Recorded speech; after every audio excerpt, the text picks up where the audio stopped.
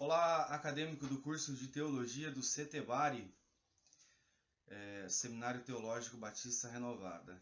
Nós estamos aqui para a gravação da aula 1, da primeira aula, da disciplina de Criação e Angiologia. Estamos também, nesse momento, no segundo módulo do ano letivo de 2020. Em virtude da pandemia de coronavírus, nossas aulas precisam ser EAD, neste momento, e nós estamos aqui tentando proporcionar para vocês um ambiente acadêmico favorável para a instrução e o conhecimento de cada um. Peço que você tome na sua mão sua Bíblia, seu caderno, que você abra o seu coração, que você possa, antes de iniciar a aula, recorrer a Deus em oração para a compreensão do conteúdo sagrado das Escrituras. O plano de ensino será enviado para vocês dentro dos grupos de WhatsApp, para que você possa estar sempre se preparando uma semana de antecedência. Além de nós usarmos o material como base a Bíblia Sagrada, nós vamos também fazer o uso de alguns livros, uma bibliografia recomendada. Esse que vos fala é o pastor Pedro Tertulino, servo do Senhor, e estou aqui para ajudá-los como facilitador nesta disciplina. O material como base que nós temos é o Manual de Teologia Sistemática do Zacarias Jaguiar Severa, um material bem centrado, bem equilibrado, tem servido como base do material do CETEBARI. Temos também o Manual de Teologia Sistemática do Wayne Grudem. O Grudem ele é um material mais denso, ele tem uma visão de mundo bem alinhada com princípios da Palavra de Deus, uma boa teologia. E é interessante que esse material é acessível. Perguntas e respostas ajudam e muito na compreensão. Nós também temos, como da área da criação, do tema da criação, o autor Adalto Lourenço. Ele é presbítero da Igreja Presbiteriana e tem uma grande contribuição teológica para a Igreja do Senhor Jesus. É muito interessante o material dele, recomendadíssimo para todos. E na área de angiologia nós temos Augustus Nicodemos Lopes, O que você precisa saber sobre batalha espiritual. Basicamente essa disciplina vai tratar a origem de todas as coisas e o reino angélico, o reino espiritual, os anjos bons, anjos maus. Então você é nosso convidado especial para mergulhar nesse universo de conhecimento. Duas perguntas vão dar início à nossa reflexão na aula de hoje. A pergunta é: qual é a origem de tudo o que conhecemos? E a segunda pergunta: será que existiu algo antes da Terra? Ou tudo o que existe foi criado do nada? Essas duas perguntas elas despertam uma dúvida filosófica em nosso coração, porque por meio dessas perguntas nós damos asas à imaginação. E essa disciplina ela é interessante porque ela permite você desenvolver aí uma imaginação, um pensamento que transcende a pura lógica.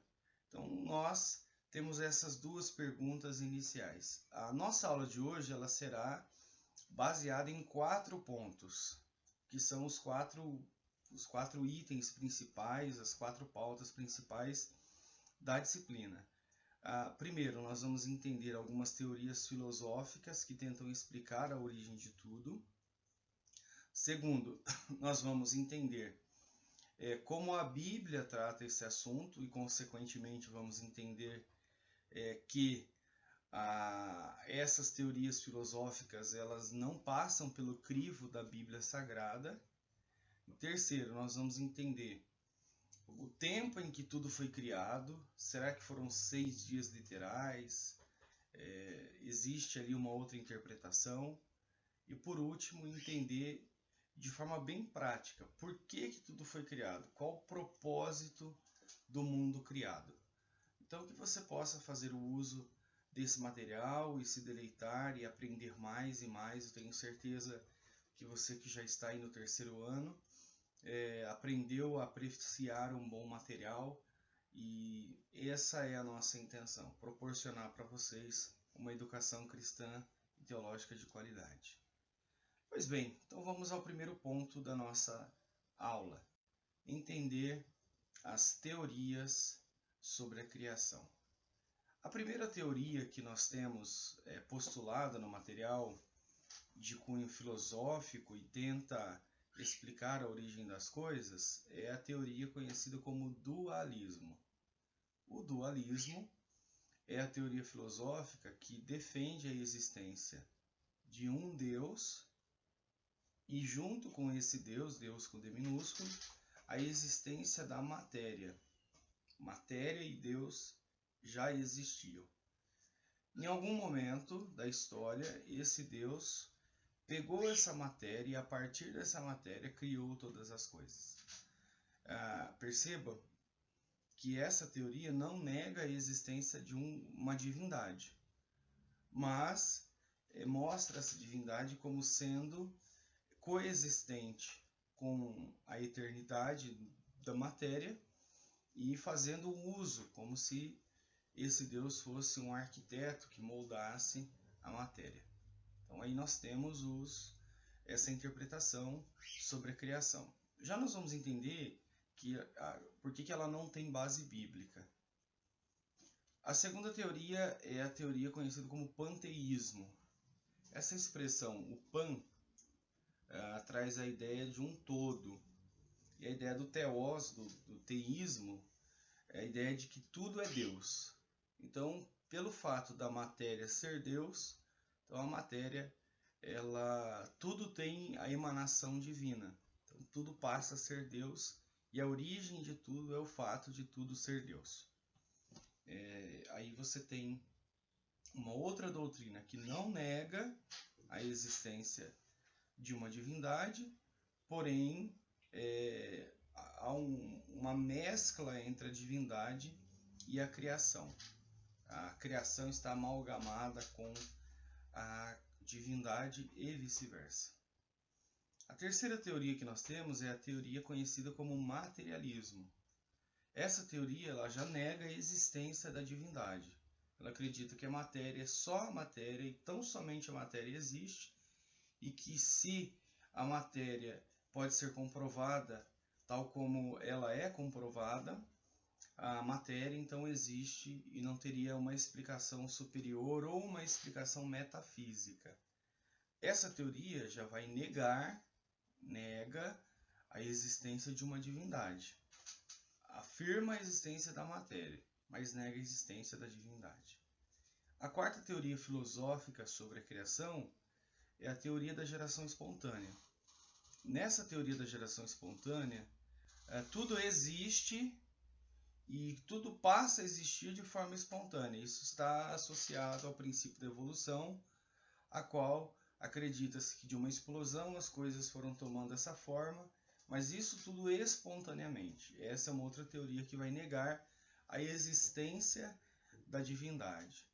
E, consequentemente, com tudo aquilo que a divindade traz como exigência para a vida das pessoas, há também uma negação. Próxima aula nós vamos abordar de forma um pouco mais aprofundada a teoria da evolução e a teoria da criação. Ambas vão ser postas para que vocês consigam entender esse assunto. Isso é muito importante porque nós vemos num tempo em que esse debate está sendo reacendido. Então, de forma introdutória, essas seriam as teorias mais importantes. Não vou falar que são todas, existem outras, sobre a criação. Teorias estas que tentam explicar a origem de tudo, não de uma perspectiva bíblica teológica cristã, mas sim de uma perspectiva filosófica e científica. O segundo ponto da nossa aula está justamente em entender a base bíblica da criação. Por que a criação ela tem essa base bíblica? Por que nós podemos acreditar na Escritura Sagrada, no registro e se de fato nós precisamos acreditar. Começamos com o relato mais sólido, Gênesis capítulo 1 e 2. Nesse texto, nesses dois capítulos, nós temos, de forma bastante abrangente, assim podemos usar essa expressão, o relato fiel de que tudo foi criado por Deus e tudo foi criado por um propósito, para um propósito. A partir desse momento, nós vamos começar a separar os meninos dos homens. Por quê? Porque se você é um teólogo que não acredita na inspiração da Bíblia, na inerrância, na infalibilidade, se você é um teólogo que nega isso, então esses dois capítulos, eles não fazem sentido para essa interpretação teológica. Por quê? Porque a partir do momento que o liberalismo teológico coloca a mão nesses dois capítulos, numa tentativa de acomodar o relato bíblico às teorias científicas, os teólogos de linha liberal, eles desacreditam o relato bíblico da criação, tal como está em Gênesis 1 e 2, e tentam, como já disse, harmonizar a criação com uma visão filosófica de teorias científicas. Então, nós partimos do princípio, e é aqui que a nossa reflexão ela é sinalizada. Nós partimos do princípio de que o relato de Gênesis capítulo 1 e 2 é verídico, é real, é verdadeiro, é incontestável. Talvez eu não nego que seja difícil de entender, mas nós não podemos contestá-lo quanto à autoridade divina. Então, nós estamos aqui partindo desse pressuposto. Então, nosso primeiro ponto é que o relato bíblico é inspirado e está ali porque Deus assim quis que estivesse para todos nós. Esse é o relato bíblico mais claro. Em Hebreus 11, verso 3, o autor da epístola diz que pela fé cremos, pela fé entendemos que o mundo tal qual existe foi criado do nada. Aqui, associando ao ponto de Gênesis 1 e 2. Eu preciso ter fé para acreditar que o relato bíblico é inspirado por Deus. Gênesis 1, verso 1. No princípio criou Deus os céus e a terra. Acomodando para a língua portuguesa, Deus criou no princípio os céus e a terra. Então você tem o relato bíblico, e esse relato bíblico ele exige de nós essa fé, tal como está posto no texto. Pela fé entendemos. Assim, a ideia que se tem é uma, no princípio, e esse princípio, num passado distante, Deus no princípio era Deus, e Deus, a partir do poder e da autoridade da sua palavra, cria todas as coisas do nada. A expressão do nada, usada em Hebreus 11, verso 3, traduzido da língua do latim para o latim, nós temos a expressão ex nihilo, ex do, ou da, ou de, e nihilo do nada. Então, quando você ouvir sobre isso, a teoria do ex nihilo, você está ouvindo sobre a ideia de que Deus criou todas as coisas a partir do nada e que Deus desde o eterno passado, conforme o relato bíblico, ninguém o criou, ninguém o fez, ele é autoexistente. Entrando já dentro da síntese desse pensamento, o que nós temos é que Deus criou tudo que existe a partir do nada, somente pela autoridade da sua palavra. E entra a nossa fé baseada na criação do nosso Deus. Existem outras passagens dentro de outros gêneros literários, não só dentro do registro histórico de Gênesis e do registro epistolar de Hebreus, que trabalham no mesmo sentido. Isso mostra a unidade da Escritura. A palavra de Deus tem unidade, ela está concordante em si. Em Isaías, o profeta diz isso, que o Senhor criou e formou todos os homens. Em Atos 17 também diz isso já num estilo literário histórico, neotestamentário. No caso de Isaías, um estilo profético. E Apocalipse 4, verso 11, já dentro desse texto de revelação, você tem a afirmação categórica de que Deus criou todas as coisas. Então perceba que quando nós falamos de base bíblica da criação, nós não estamos falando de um texto isolado. Nós estamos falando de toda a escritura sagrada, todo o desígnio de Deus apontar para esse aspecto. E como síntese final, nós temos Deus como a causa primeira de todas as coisas. Tudo existe pela ordenança do nosso Deus. Eu espero que você esteja compreendendo, entendendo, absorvendo. O intuito é que você aprenda cada vez mais. Nós temos o terceiro ponto da nossa aula, que é o tempo da criação. Aí vem aquela pergunta, né? A Terra foi criada de uma só vez ou passou por um longo período de tempo para chegar ao resultado final?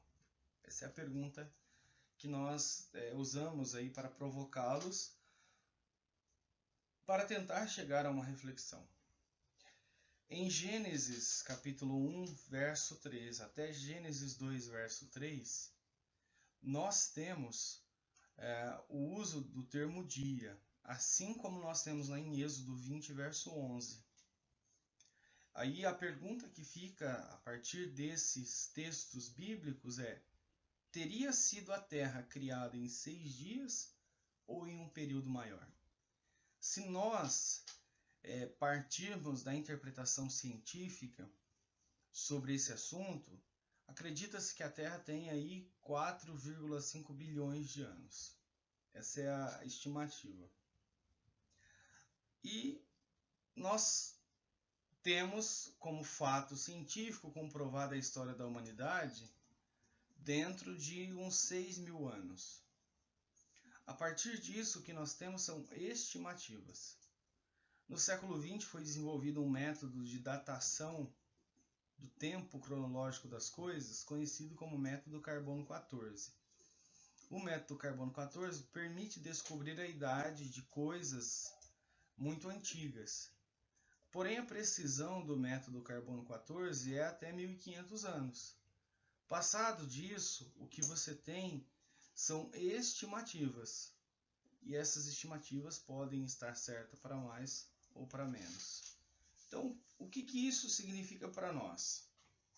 Então, se você olha esses documentários do National Geographic, do Discovery Channel, e você escuta, tal animal viveu há 2 milhões de anos atrás, o que você está ouvindo é uma interpretação a partir de uma dedução. Deduz-se que era isso, então por isso tem essa conclusão.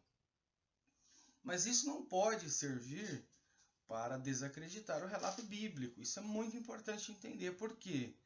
Porque a impressão que nos dá é que toda vez que algo aparece dentro desse aspecto científico, travestido dessa cientificidade, o relato bíblico ele rapidamente é desacreditado, abandonado e esquecido. Essa não pode ser a nossa postura. Nós temos que aprender a analisar a Escritura, examinar a Escritura e entender que a Bíblia está à frente do seu tempo, muito à frente. E as afirmações da Escritura Sagrada nos mostram exatamente o oposto dessas teorias. Porém, sabe-se que dentro da teologia, muitos teóricos tentam interpretar a expressão dia, no hebraico a palavra yom, para tentar acomodar o relato bíblico da criação com as teorias científicas. Então, para isso, criou-se a ideia de significar ou ressignificar o termo Yom. A primeira ressignificação vem entendendo o Yom como sendo um dia mais um longo período de tempo. Então, quando o texto diz que o Senhor criou e assim foi o primeiro dia, o segundo dia, o terceiro dia, o sexto dia, o sétimo dia, acredita-se que ali não está falando de 24 horas, mas de um longo período de tempo. Essa é uma teoria, não quer dizer que nós acreditamos ou ensinamos dessa forma. Como eu disse, isso é uma tentativa de acomodar o relato bíblico com as teorias científicas. É bem pertinente ao sistema liberal e neoliberal de interpretação da Bíblia. Então, esse longo período de tempo levou aí os bilhões de anos até chegar ao que se tem. Então, olha, eu não nego o que está escrito, mas eu tento explicar de uma forma diferente. Essa seria essa visão do Ion na perspectiva desses teóricos e teólogos. A segunda perspectiva é entender o dia como um período de revelação. Significa que Deus levou ali um dia para falar para Moisés que ele criou todas as coisas. Então não significa que Deus tenha criado todas as coisas em cada dia, em cada um dos 6 dias. Significa que Deus levou muito tempo para criar, mas levou um dia para revelar para Moisés. Perceba que isso vai criar mais dificuldade do que uma interpretação em si. E a terceira interpretação é a interpretação do dia como 24 horas não sucessivas. Aqui nós temos a ideia de que o dia de 24 horas não sucessivas, que Deus criou no primeiro dia a luz, isso levou milhões e milhões de anos para acontecer. Aí depois no segundo dia o Senhor vai criar o firmamento, todas as coisas que estão envolvidas no segundo dia. Aí isso leva mais milhões e milhões de anos. Depois o Senhor vai criar a água, isso leva milhões e milhões de anos. Depois o Senhor vai criar a vida animal, milhões e milhões de anos. Então, mais uma vez, o que nós temos é uma tentativa de acomodar o relato bíblico da criação com as teorias científicas. E o que nós defendemos é exatamente isso. Que o termo dia utilizado em Gênesis, capítulo 1, parece fazer mais sentido um dia de 24 horas, como nós temos hoje. E nós temos alguns argumentos em favor desta visão. Nós entendemos que a Terra leva 24 horas para fazer o seu movimento de rotação, girar em torno do seu próprio eixo. Isso é a unidade de tempo que nós temos hoje, para nós, né? Um dia tem essa unidade de tempo. Para os hebreus, o dia ele tinha uma ideia um pouco diferente. Do nascer do sol ao pôr do sol, ali você tinha um dia. Mas mesmo nessa perspectiva, o que você tem registrado em Gênesis é muito interessante. Em Gênesis 1, verso 5, verso 8, verso 13, verso 19, verso 23 e verso 31, mostra que houve tarde e manhã em todos os dias. O dia acabava, o dia começava. Isso facilita muito a compreensão, mostrando que a ideia de um dia como um longo período de tempo, um dia de revelação ou um dia não sucessivo, começa a perder força perante o relato bíblico. O segundo argumento em favor de um dia com 24 horas é que em Gênesis 3, verso 8, diz que o Senhor se encontrava com Adão na viração do dia. Então, se você tem aí a viração do dia, porque você tem um calendário linear, não interrupto como as outras teorias apresentaram. Em Êxodo 20, verso 11, os termos utilizados arremetem a um dia de 24 horas. 6 dias você vai trabalhar, no 7º você descansa. E quarto, a criação de tudo em 6 dias de 24 horas está alinhado com a soberania e o poder de Deus.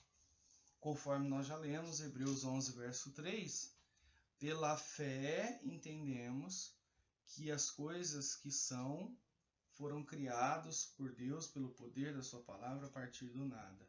Aí nós temos o pela fé, porque exige de nós isso. Nós temos ideias e temos afirmações sobre o poder de Deus. E se nós relativizarmos o poder de Deus e acreditar que Deus tenha usado a matéria para criar, ou que as coisas foram se criando automaticamente, nós estamos de alguma forma desacreditando do relato bíblico. Perceba como isso é complexo, como isso é difícil, como isso acaba complicando todo um processo de compreensão da verdade da palavra de Deus. Então, aqui eu deixo esse ponto para sua reflexão. Pesquise mais, se aprofunde mais, mas nunca deixe de perder, nunca perca, por favor, esse temor a Deus sobre Ele ter poder para criar tudo em 6 dias. Porque de fato nós sabemos, por experiência própria, a grandeza do nosso Deus. E entrando agora já em conclusão dos slides, isso não quer dizer, tá? Isso não quer dizer que o assunto termina aqui. Não. O que nós vamos concluir é os slides. Nós poderíamos fazer uma aula muito extensa, mas nós sabemos que isso vai apenas desperdiçar a sua atenção. Então ela terá 30, 40 minutos no máximo. Isso facilita também o envio da aula para o YouTube para que você possa acessar e assistir. O último ponto que nós temos hoje trata justamente do propósito da criação. Pergunta básica: por que tudo foi criado? Ou para que tudo foi criado? Em toda a Escritura, o que fica bem claro é que o propósito da criação é a glória de Deus. Deus criou tudo para que o seu nome fosse glorificado. Tudo existe para o louvor da sua glória. Deus, o Senhor, é glorificado, sua glória Ele não dá a ninguém, Ele, como Deus, é glorificado na criação. E como consequência deste propósito, nós temos também o fato da terra ter sido criada para que os homens sejam felizes nela. E aqui nós usamos um trecho da Confissão de Fé de Westminster, do Catecismo Maior, que tem a primeira pergunta da seguinte forma: qual é o fim supremo e principal do homem? A resposta do Catecismo é uníssona. O fim supremo e principal do homem é glorificar a Deus e gozá-lo para sempre. Em Romanos 11:36, 1 Coríntios 10:31, Salmo 73, versos 24 ao 26, João 17, versos 22 a 24. Tudo que Deus criou para que o seu nome fosse glorificado. E criou também para que o homem usufruísse da sua criação. A grande questão é que o pecado trouxe uma descontinuidade nesse propósito. Assim, a criação se revolta contra o Criador e o próprio homem, ao invés de viver a sua vida de modo a aproveitá-la na criação, ele destrói a criação e, quando não, destrói a si mesmo. Então, quando nós pensamos no fim supremo de toda a criação, nós podemos afirmar categoricamente que tudo existe para que o nome de Deus seja glorificado. E importante ponto aqui nessa conclusão é nos lembrarmos que a vinda de nosso Senhor Jesus Cristo, na sua primeira vinda, por ocasião do seu primeiro advento, traz restauração a essa ordem desequilibrada. Agora, o homem entende que ele vive para a glória de Deus, porque Jesus assim restaura essa condição na vida do crente, e entende que a terra e o mundo criado precisam de cuidados, precisam de ser usados com entendimento e com sabedoria. Assim, o propósito da criação é cumprido em Cristo, porque Cristo, como disse Colossenses, tudo foi criado por meio dele, tudo foi criado para ele, e nós entendemos que a criação será plenamente restaurada por ocasião do segundo advento ou da segunda vinda de Cristo, quando ele restaurar tudo e fizer um novo céu e uma nova terra. Tudo começa em Deus, tudo termina em Deus, tudo é para a glória de Deus. Espero que você tenha aproveitado esse tempo e que você possa absorver cada vez mais o conteúdo das Sagradas Escrituras. O meu sincero desejo para todos e todas é que vocês aprendam cada vez mais. Esse que vos fala é o pastor Pedro Tertulino, servo do Senhor, servo de vocês, à disposição para maiores esclarecimentos. Qualquer dúvida, fale conosco pelos meios de comunicação, será uma alegria atendê-los. Revisando a aula de hoje, nós falamos sobre aspectos introdutórios da criação. E a nossa aula foi subdividida em 4 pontos principais. Primeiro, entendemos algumas teorias filosóficas sobre a criação. Segundo, entendemos a base bíblica da criação e como essas teorias filosóficas não se sustentam em face da Escritura Sagrada. Terceiro, nós entendemos o tempo em que tudo foi criado, apontando aí para argumentos favoráveis ao fato de tudo ter sido criado em 6 dias. O Senhor conclui a sua obra no sétimo, 6 dias de 24 horas. E, por fim, entendemos qual o propósito da criação. Entendemos que nós existimos e tudo existe para a glória de Deus. Que Deus nos abençoe, nos fortaleça. Uma excelente semana, uma ótima aula e todos aguardam até a semana que vem. Fiquem todos na paz do Senhor.